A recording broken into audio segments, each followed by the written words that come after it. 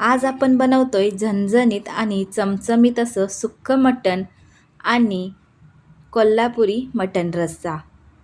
Recipe खूप सोपी आहे. व्हिडिओ शेवटपर्यंत नक्की पहा. नमस्कार, मी सविता.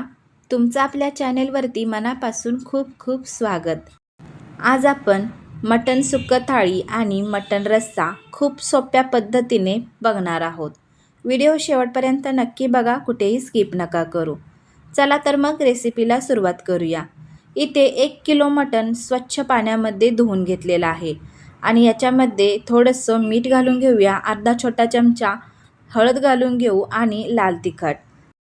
शक्यतो मटणाचे तुकडे हे छोटेच ठेवायचे.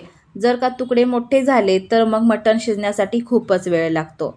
तर याच्यामध्ये आता 1 चमचा आलं लसणाची पेस्ट घालून घेऊया. त्यानंतर 1 चमचा मटण मसाला घालून घेऊ आणि हे मसाले व्यवस्थित मटणाच्या फोडांना लावून मॅरिनेट होण्यासाठी अर्धा तास ठेवून देऊया. त्याच्यामुळे मसाले चांगल्या पद्धतीने मटणाच्या फोडांमध्ये मुरले जातात.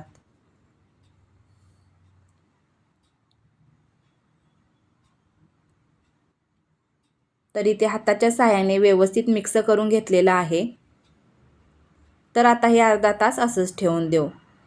आता आपण इथे मटणासाठी लागणारा मसाला भाजून घेऊया. इथे मी मिक्स मसाला आहे तो 1 चमचा घातलेला आहे. त्याच्यामध्ये 1 चमचा जिरे घालून घेऊया आणि साधारणपणे 2 चमचे सफेद तीळसुद्धा घालून घेऊ आणि हे मसाले मीडियम फ्लेमवरती आपण भाजून घेऊया. मसाल्यांचा सुगंध यायला चालू झाला की मग गॅस बंद करू आणि हे मसाले काढून घेऊया. आता पुन्हा एकदा गॅसवरती कढई ठेवू आणि त्या कढईमध्ये लांबट असा चिरलेला कांदा घालून घेऊया. साधारणपणे मीडियम साईजचे 3 कांदे इथे घेतलेले आहेत. याच्यामध्ये 1 चमचा तेल घालून घेऊ आणि तेलामध्ये हा कांदा चांगला परतवून घेऊया. कांदा सोनेरी रंगावर आला की गॅस बंद करूया. आता इथे मटण फोडणी देण्यासाठी सुरुवात करू. मोठ्या पातेल्यामध्ये 2 ते 3 चमचे तेल घालून घेतलेलं आहे. तेल गरम झाले की याच्यामध्ये तेजपत्ता घालून घेऊ. त्यानंतर 2 मीडियम साईजचे कांदे बारीक चिरून घातलेत. कांदा परतवून घेऊया. कांदा हलकासा ब्राऊन झाला की मग आपण याच्यामध्ये जे मटण आपण मॅरिनेट होण्यासाठी ठेवलं होतं ते मटण याच्यामध्ये घालून घेऊया आणि तेलामध्येच 3 ते 4 मिनिट आपण परतवून घेऊ. हे मटण आपण कुकरमध्ये न शिजवता भांड्यामध्येच शिजवणार आहोत, त्यामुळे त्याचा रस्सा दाटसर असा होतो. त्यानंतर याच्यामध्ये 1 चमचा मटण मसाला किंवा चिकन मसाला घालू शकताय. पुन्हा एकदा परतवून घेऊया. त्यानंतर 1 चमचा मीठ घालून घेऊ, अर्धा छोटा चमचा हळद पावडर, त्यानंतर 2 चमचे लाल तिखट घालून घेऊया आणि पुन्हा एकदा हे मिक्स करून घेऊ.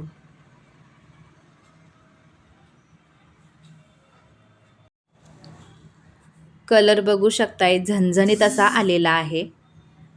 3 ते 4 मिनिट मसाल्यांमध्ये मटण परतवून घेतल्यानंतर याच्यामध्ये आपण गरम पाणी घालणार आहोत. गरम पाणी घातल्यानंतर बघू शकताय तर्री खूप छान येते. आता आपण हे उकळवू देऊया. साधारण अर्धा तासामध्ये हे मटण शिजलं जातं. तर इथे मटण शिजायला सुरुवात झाली आहे. अर्ध्या तासानंतर तुम्ही बघू शकताय मटण पूर्णपणे शिजलेलं आहे. आता आपण हे झाराच्या साहाय्याने गाळून घेऊया. हे मटण एका भांड्यामध्ये काढून घेऊ.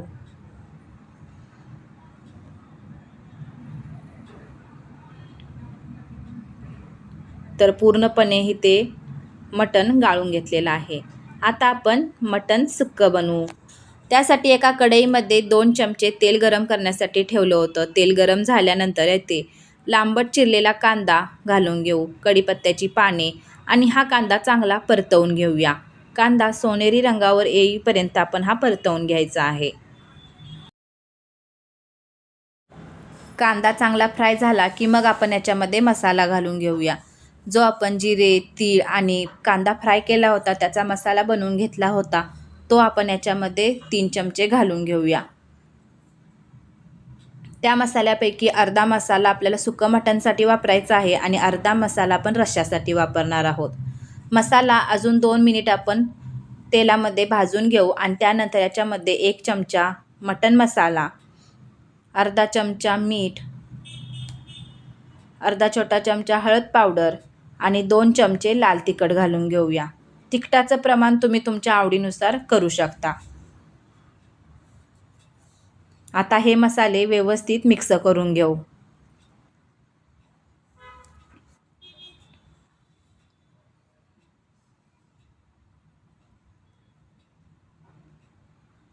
तीन ते 4 मिनिट एकदम आपण तेल सुटेपर्यंत हा मसाला भाजून घ्यायचा आहे. त्यानंतर आपण याच्यामध्ये जे आपण गाळून घेतलेलं मटण आहे ते याच्यामध्ये घालून घेऊया.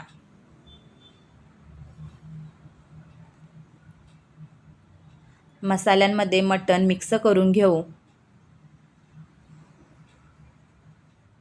बघा, खूपच छान झणझणीत असं मटण सुक्कं दिसतंय. त्यानंतर जो आपल्याकडे मटणाचा रस्सा आहे त्यातलाच 1 चमचाभर आपण याच्यामध्ये घालून घेऊ. त्याच्यामुळे मटण सुक्क्यामध्ये थोडीशी ग्रेव्ही तयार होते. इथे मटण सुक्कं तयार झालेलं आहे. आता आपण रस्सा बनवून घेऊया. सुरुवातीला आपण याच्यामध्ये मटण फोडणी दिलं होतं, तर त्यातलं मटणाचा रस्सा एका भांड्यामध्ये मी काढून घेतला आणि त्याच भांड्यामध्ये आपण रस्सा करून घेणार आहोत.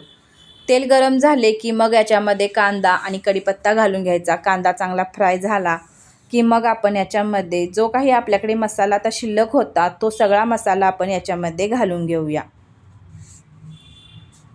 मसाला 1-2 मिनिट तेलामध्ये फ्राय करून घेऊ आणि त्याच्यामध्ये 1 चमचा मटण मसाला,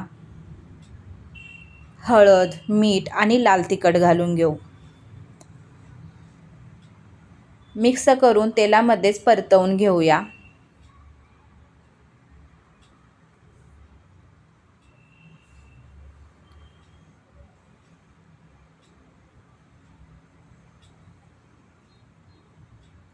रस्सा बनवण्यासाठी ते थोडं मोठंच भांडं मी वापरलेलं आहे.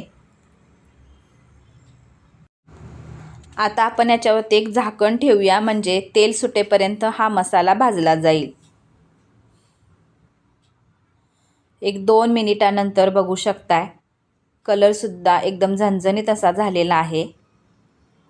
पुन्हा एकदा 2 मिनिट आपण परतवून घेऊ. आता यामध्ये जो आपण मटणाचा रस्सा आपल्याकडे आहे तो आपण याच्यामध्ये घालून घेऊया.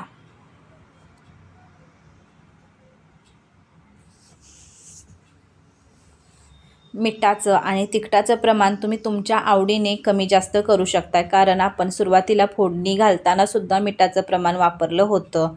मॅरिनेट करताना सुद्धा मिठाचं प्रमाण वापरलं होतं. तर तुम्ही तुमच्या अंदाजाने मिठाचं आणि तिखटाचं प्रमाण करू शकताय.